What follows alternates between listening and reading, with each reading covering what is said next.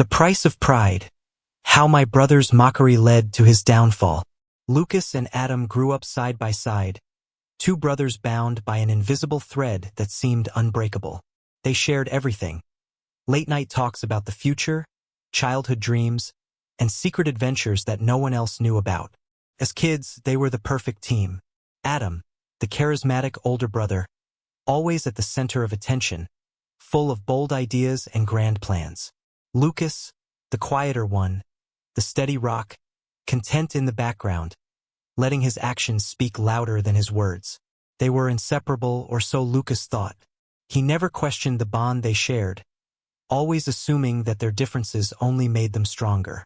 Adam's energy, his confidence, the way he lit up a room, it balanced perfectly with Lucas's calm demeanor and his focused, quieter nature. They complemented each other, each believing their siblings' strengths were an extension of their own. But over time, something began to shift. Lucas couldn't quite put his finger on it at first. Small comments here, a sarcastic remark there. Adam's life seemed to take off in ways Lucas couldn't have predicted. Luxury cars, flashy vacations, and high-powered jobs that made him the envy of their circle. Meanwhile, Lucas was content running his landscaping business. A simple but fulfilling life that didn't require the spotlight. He was happy, genuinely so. But something in Adam's eyes began to change. The admiration Lucas had for his older brother slowly started to feel one-sided. The first signs of strain were subtle, almost unnoticeable.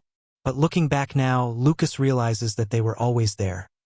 Small moments of difference that, at the time, seemed insignificant. Adam's ambition and desire for success began to overshadow the quieter, more grounded life Lucas had chosen. The balance they once had started to tilt, and the closeness they'd always shared began to feel a little less certain. It was inevitable, Lucas now sees. Siblings grow, they change. And sometimes, those changes lead them down paths where the bond they once had can no longer hold. The family dinner was supposed to be a simple gathering, a rare moment where everyone, including Adam's friends, could share a meal and reminisce. But the evening quickly took a turn. Adam had invited his usual crowd, a group of well-dressed, polished professionals who spoke in that effortless, almost pretentious way, casually dropping words like synergy and networking.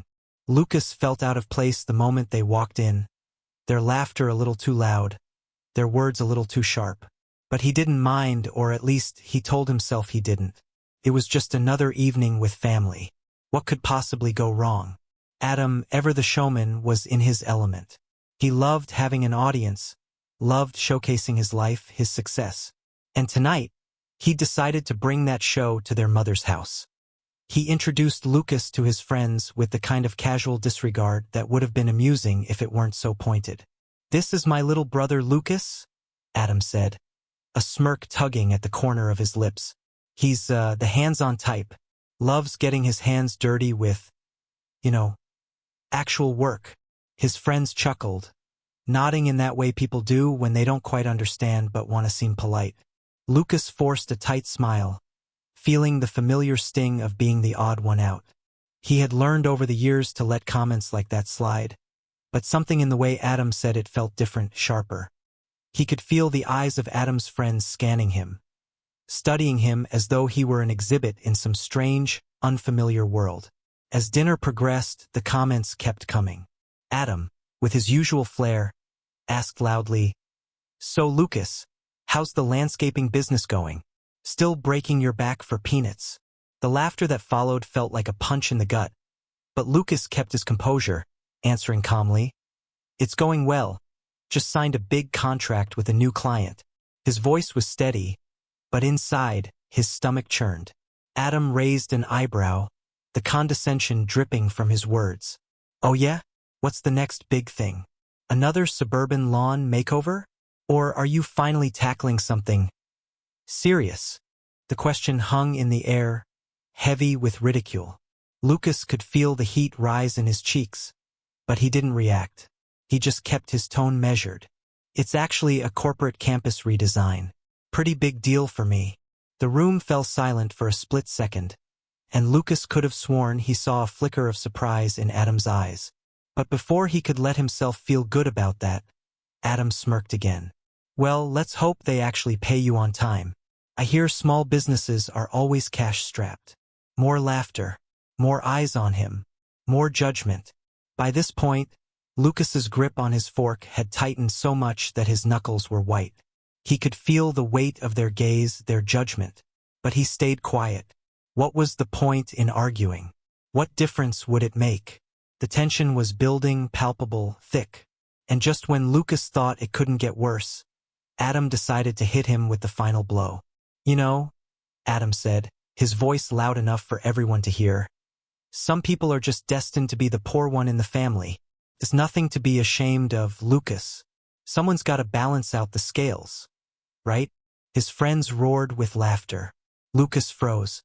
The world seemed to stop, the sound of their laughter ringing in his ears.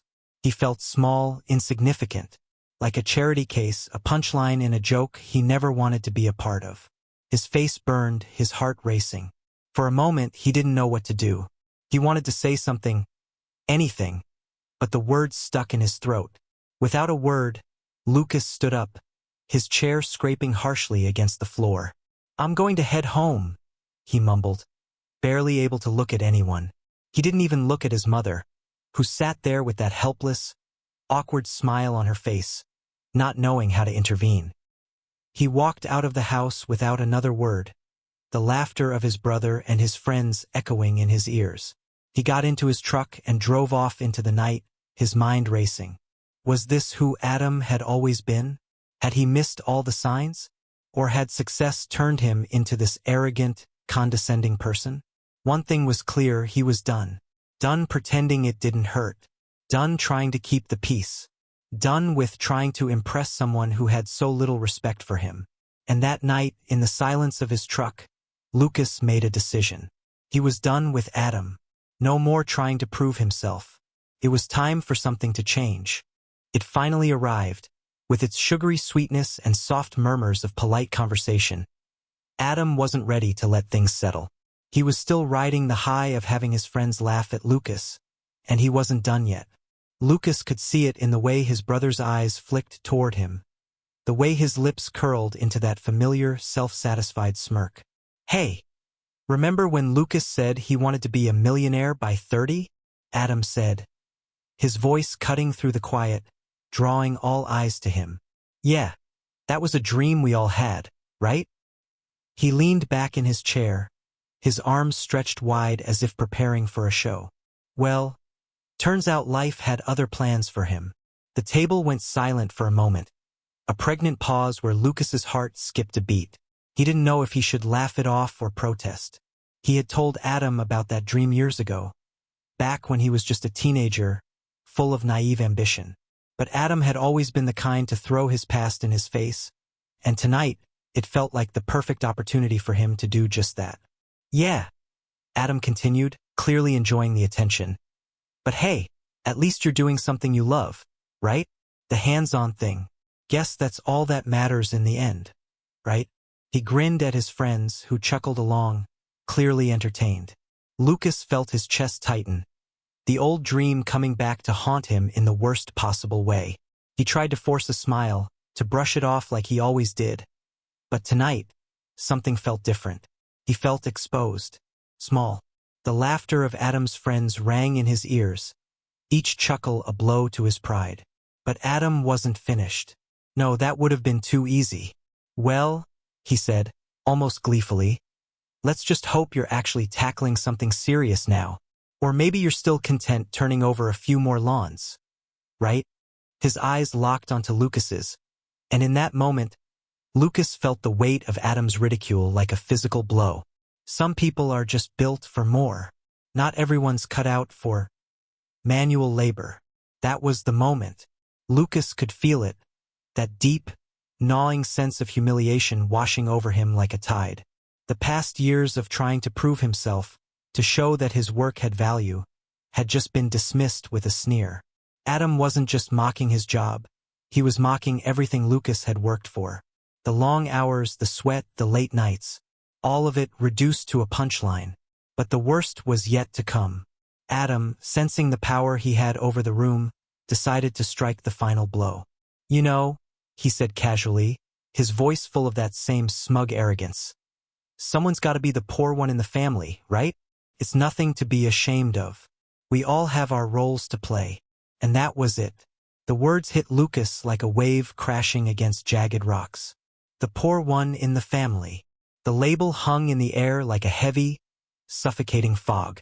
Adam's friends laughed again. But this time, the sound felt hollow, distant. Lucas could hardly hear it over the roar in his own mind. He didn't respond. He couldn't.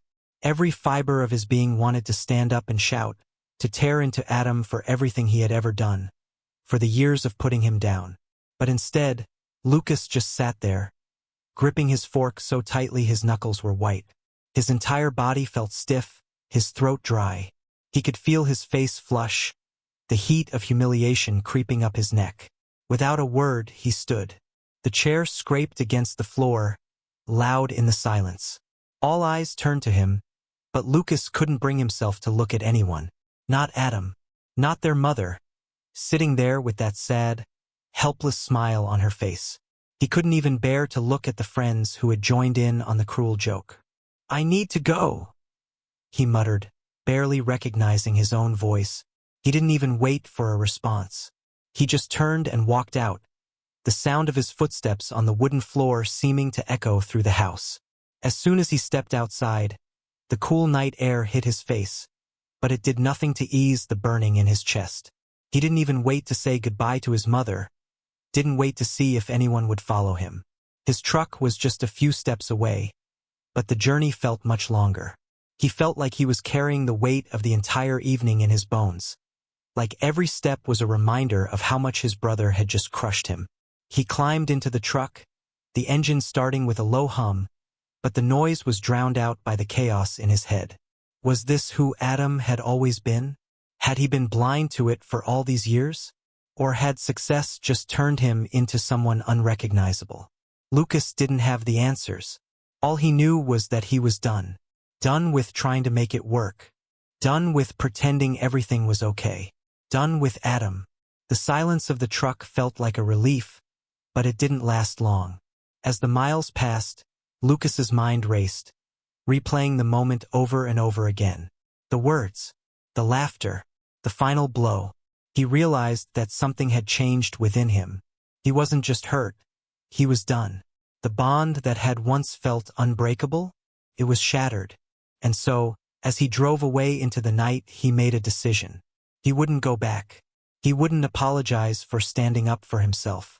Adam had made his choice, and Lucas was about to make his own. The silence that followed the dinner was deafening, but to Lucas, it was the sound of freedom. He had cut Adam out of his life completely. No texts, no calls, no visits to their mother's house when he knew Adam would be there. For the first time in years, Lucas felt like he could breathe. The weight of Adam's mocking had been a constant presence in his life, but now that it was gone, something shifted inside him. At first, he wondered if Adam would even notice. Adam was always surrounded by people. Friends, co-workers, girlfriends.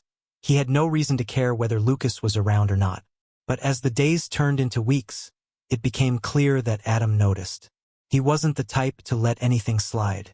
He had to know where Lucas was, why he wasn't returning his calls, why he wasn't answering his texts. The messages started small at first. "Hey, you good? And haven't heard from you. What's up?"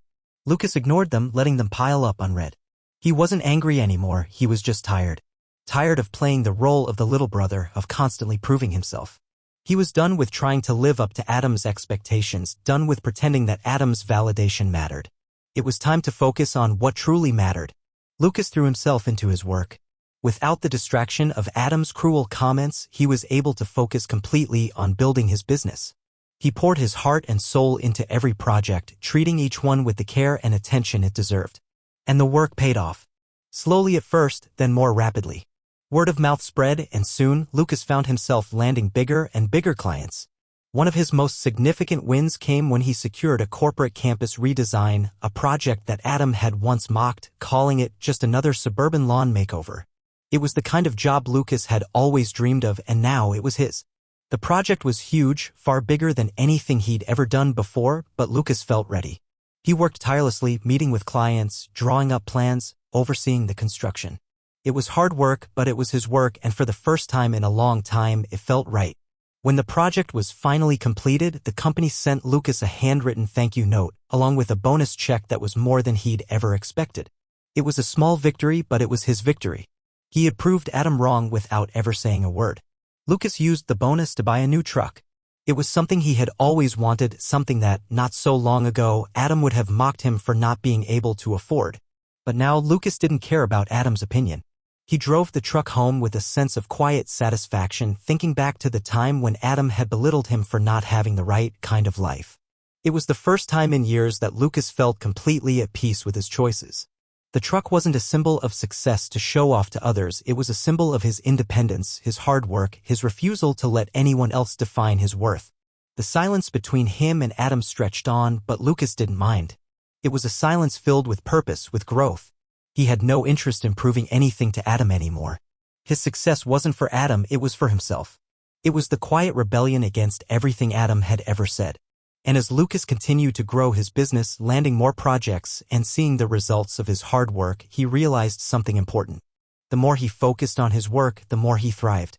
It wasn't just the business that was growing, it was him. His confidence, his self-worth, his belief in himself. Adam's mockery, once a constant weight around his neck, no longer had a place in his life. Meanwhile, it became clear that Adam's life was heading in a different direction. He had always thrived on the validation of others, his friends, his job, his material possessions. But as Lucas's work blossomed, Adam seemed to spiral. The arrogance that had once been so charming began to show its cracks. Lucas didn't know the details, he didn't care to, but it was hard to ignore the occasional whispers from mutual acquaintances about Adam's mounting debts, his struggle to maintain the image he had so carefully crafted. While Lucas was building something real and lasting, Adam seemed to be losing his grip on the life he had taken for granted. And Lucas couldn't help but feel a sense of quiet satisfaction in that. It wasn't about revenge, it was about realizing that success didn't come from showing off or belittling others. Success came from hard work, from staying grounded, from building something that mattered. And for the first time in years, Lucas was living his truth, free from the shadow of his brother's judgment. As the months went on, Lucas continued to pour his energy into his business. The more he succeeded, the more the weight of Adam's words seemed to fade into the background. He didn't need Adam's approval. He didn't need anyone's approval. He had built something real, and that was enough. As the months passed, Lucas's life continued on an upward trajectory. His business flourished, and the satisfaction that came with his hard-earned success seemed to grow with each passing day.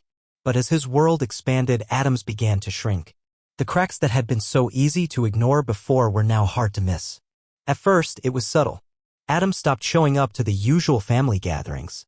He became distant, his once charismatic personality now tinged with irritation and unease. Then, rumors started to surface, whispers about his finances, about missed payments, about how he was struggling to keep up with his lavish lifestyle. Lucas heard it from a few mutual acquaintances, people who had once been part of Adam's inner circle. No one could ignore the change. Adam, who had always been the one to flaunt his wealth, the one who made everyone else feel small in comparison, was now the one in trouble. He was behind on rent, struggling to pay off credit cards, and increasingly unable to maintain the lifestyle he had once worn like a crown. It was a slow burn at first, but eventually the fires of his financial ruin began to rage out of control. Lucas had seen it coming. He had watched Adam climb higher and higher, always at the top, never considering the consequences. And now Adam had reached the bottom. The difference between their paths had never been clearer. While Lucas had quietly built something real and sustainable, Adam had squandered everything for the sake of appearances. The irony of it all wasn't lost on Lucas. It almost felt like the universe had found a way to balance things out. The first sign that Adam was in real trouble came through a phone call from their mother. Lucas could hear the concern in her voice, the way she tried to hide the worry beneath a layer of forced calm. "Lucas, I need to talk to you about Adam," she said, her voice cracking slightly. He's in a tough spot. He's been asking around for money, and I can tell he's not telling me the full truth. He's behind on rent, Lucas. He's in over his head. Please, can you help him out? Just a little? You know he's your brother." Lucas felt a knot tighten in his chest.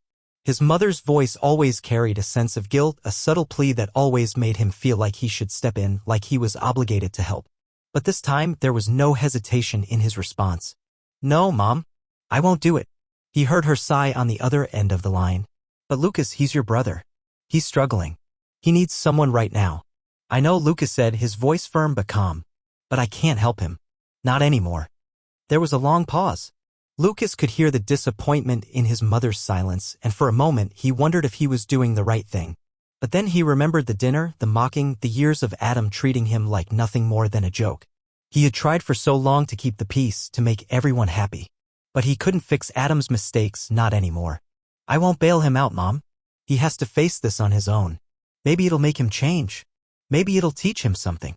She didn't say anything else, but Lucas knew she understood. She had always wanted the best for both of them, but she couldn't make the choices for them. Adam was no longer the golden child. And Lucas wasn't going to be his safety net anymore. Days turned into weeks, and Adam's calls grew more desperate. They started as simple texts, "Lucas, please, I need to talk." Then they became more pleading, "I'm sorry, okay? I've made mistakes. Just help me out, please." Lucas didn't respond to any of them. He didn't need to hear Adam's excuses anymore. He had heard them all before, empty promises, apologies that were never followed through. One evening, Lucas was at his office finishing up some paperwork when his assistant poked her head through the door. "There's a guy here to see you. Says he's your brother." Lucas's stomach dropped. He knew what this was. He stood up, making his way to the front of the office, already bracing himself for whatever Adam had to say. Adam was there, disheveled and looking like a shell of the man he once was. His tailored suit was wrinkled, his hair unkempt. He looked out of place, like he didn't belong in the world he had worked so hard to build.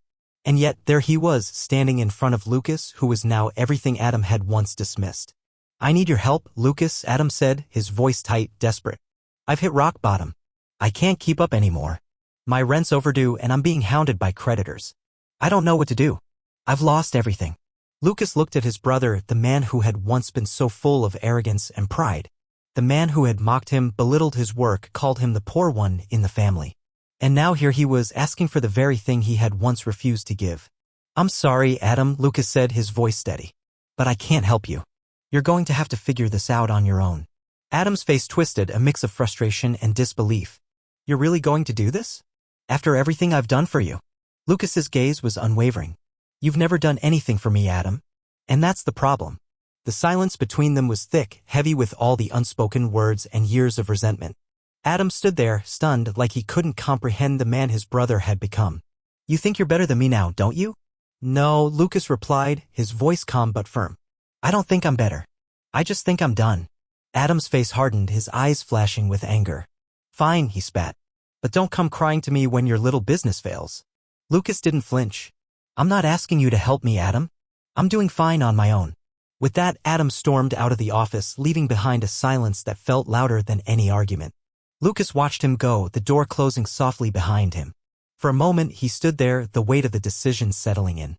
But as he looked around his office, at the business he had built from the ground up, he knew he had made the right choice. Adam had always expected someone else to pick up the pieces for him, to bail him out when things went wrong. But not anymore. Not Lucas. He had learned the hard way that respect had to be earned, and Adam had burned that bridge a long time ago. Lucas wasn't going to be his safety net anymore. And for the first time in a long time, he felt at peace with that decision. It had been weeks since Adam's visit to the office, and Lucas thought he had heard the last of him. The silence between them had stretched long, and Lucas had settled into the rhythm of his life, working hard, finding peace in the stability he had built. He was content. He didn't need Adam anymore. He had let go of the bitterness that had once consumed him, focusing instead on his growth, on the work that made him feel whole. But then, one afternoon, as Lucas was wrapping up a meeting with a client, his phone buzzed on the desk. He glanced at the screen. It was a message from Adam. "I need to see you. Please." For a moment, Lucas hesitated. His first instinct was to ignore it, to carry on with his life as if nothing had changed. But something in the tone of the message, something raw, vulnerable, stopped him. He had spent so long avoiding this confrontation, avoiding the one thing that might bring everything full circle. But now the time had come. Lucas agreed to meet. When Adam walked into the cafe where they'd agreed to meet, he looked different. He wasn't the arrogant, flashy older brother anymore.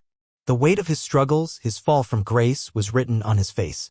His shoulders were slumped, his eyes tired, as if the weight of the world had finally caught up to him. For the first time in years, Lucas saw him as human, not the untouchable figure he once was, but just a man, like anyone else, flawed and broken in his own way. "Lucas," Adam started, his voice shaky. I don't know where to begin." He ran a hand through his hair, clearly wrestling with the words. I've been thinking a lot about everything. About how I treated you, how I pushed you away, made you feel like nothing. I was wrong. I was so wrong. There was a long pause as Lucas just looked at him. His heart didn't race. He didn't feel the rush of anger or the sting of old wounds reopening. What he felt instead was something more complex, pity, maybe, and a quiet sense of vindication. It wasn't about being right anymore. It was about the fact that Adam had reached this point on his own. He had finally come to terms with the consequences of his actions, even if it had taken losing everything to do so. Adam continued, his voice more steady now. I can't undo the things I've said or done. I was arrogant, selfish, and I treated you like you were beneath me. And I'm sorry. I should have been a better brother. I should have supported you, not mocked you. Lucas listened, his eyes never leaving Adam's face. He could see the sincerity in his brother's eyes, the weight of the apology in his words. And for a moment he allowed himself to feel something he hadn't felt in a long time, compassion. But it wasn't enough to bridge the gap between them. You've changed, Lucas said quietly, the words hanging between them. But I've changed too. Adam's expression faltered. He opened his mouth to speak, but Lucas held up a hand, stopping him. I can't just go back to what we were, Adam. I can't forget everything. What you said to me, how you treated me. I can't just erase that. And I won't pretend like it didn't hurt. But I'm not the person I was before. And neither are you. Adam swallowed hard, looking away for a moment. Lucas could see the pain in his brother's eyes, the regret, but also something else, something that hadn't been there before, humility. It was raw, real, and it hit Lucas harder than he expected. Then, what happens now? Adam asked, his voice barely above a whisper. Are we done? Lucas thought about it for a moment, the silence heavy between them. He had spent so much time wondering what reconciliation would look like, if there was even a chance. But now sitting here, he realized something. It wasn't about forcing a reunion. It was about moving forward, not for Adam, not for anyone else, but for himself. He had found peace, and that was something that could never be taken away. I don't know, Lucas said, his voice calm but resolute. I don't know if we can go back to how things were. But I've learned a lot from this. I've learned that I can stand on my own, that my worth isn't defined by anyone else. Not by you, not by anyone. And I'm not going to let anyone take that from me again. Adam's eyes glistened with unshed tears, but he nodded slowly, understanding what Lucas was saying. The road ahead for them wasn't clear. They had both made their choices, and those choices had shaped them into who they were today. Whether they could rebuild any semblance of the bond they once shared was uncertain, but for the first time, Lucas realized that it didn't matter. He wasn't seeking closure anymore, he was seeking peace. I'm sorry, Lucas, Adam said again, his voice thick with emotion. For everything. I know, Lucas replied softly. I know.